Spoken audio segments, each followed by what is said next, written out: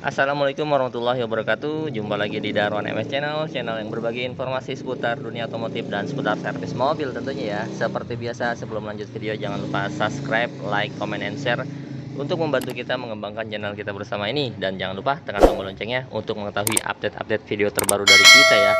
Hari ini kita ada jadwal on schedule nih. Ini ada Toyota Alphard ya, dengan kode engine 1MZ ya, 3000 cc V6. Nah, ini kepemilikan Om Arya nih. Jadi kita udah janjian untuk hari ini untuk service engine tune up berkala dan general check and reportnya. Nah, terus hari ini kita pertama job desknya nih pembersihan ruang bakar ya, chamber ya.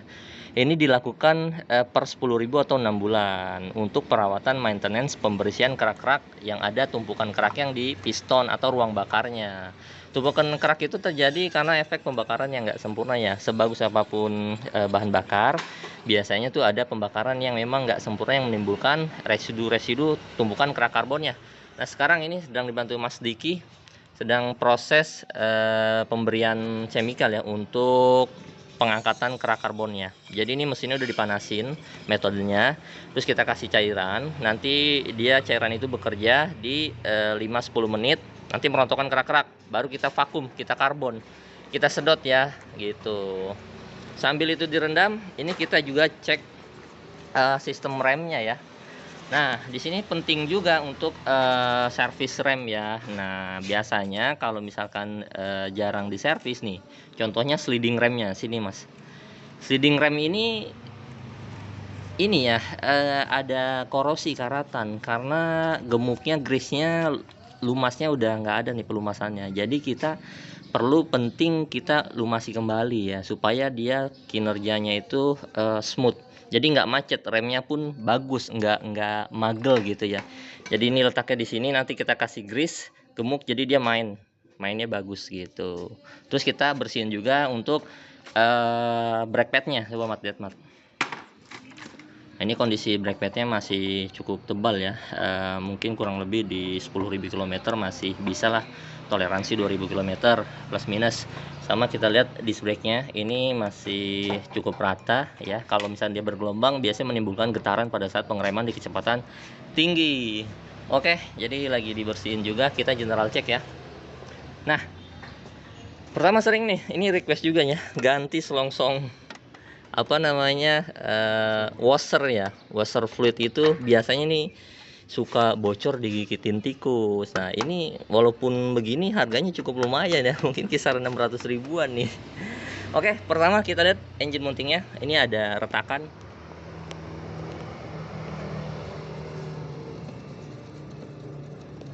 Nah, itu engine mounting retak biasa, itu karena efek usia umur pemakaian biasanya menimbulkan getaran yang berlebih pada kabin ya. Jadi untuk Toyota Alphard ini engine mounting ada 4 sisi. Pertama di kanan atas, kanan bawah, kiri bawah, sama depan ya untuk 1MZ. Kalau yang ANH20 dia ada di belakang juga gitu. Engine-nya V6, 3 silinder di depan, 3 silinder di belakang. Bank 1 yang belakang, bank 2 yang depan ya. Terus Mas Diki lagi proses buat pembongkaran throttle-nya nih. Nah, ini nih juga wajib nih, salah satu item part yang memang servis mesti dibersihin secara berkala, dan itu perlu di reset kalau udah dibersihin karena nanti RPM-nya pasti tinggi terus ya. Nanti kita lihat seberapa kotor.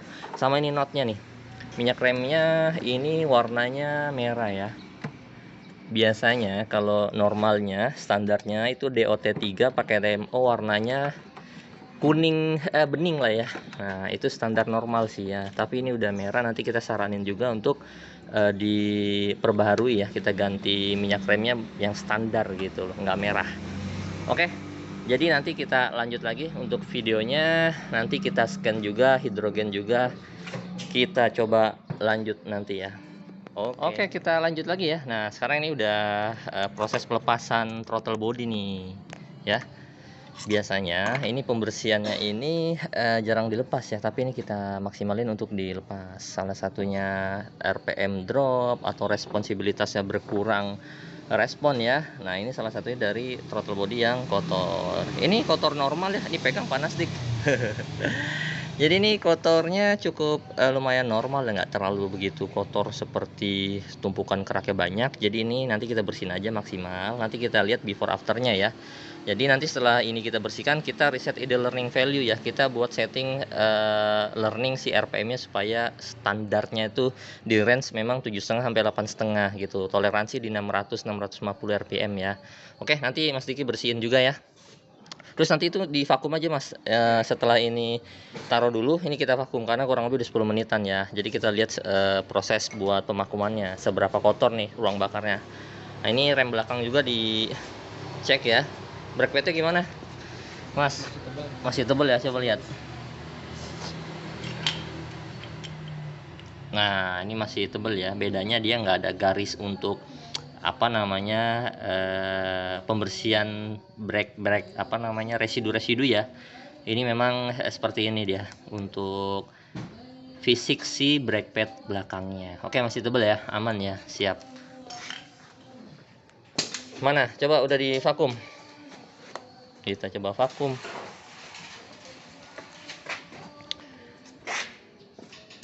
Nah, biasanya kalau tumpukan kerak karbonnya banyak, itu biasanya agak boros ya, gitu. Proses pemvakuman.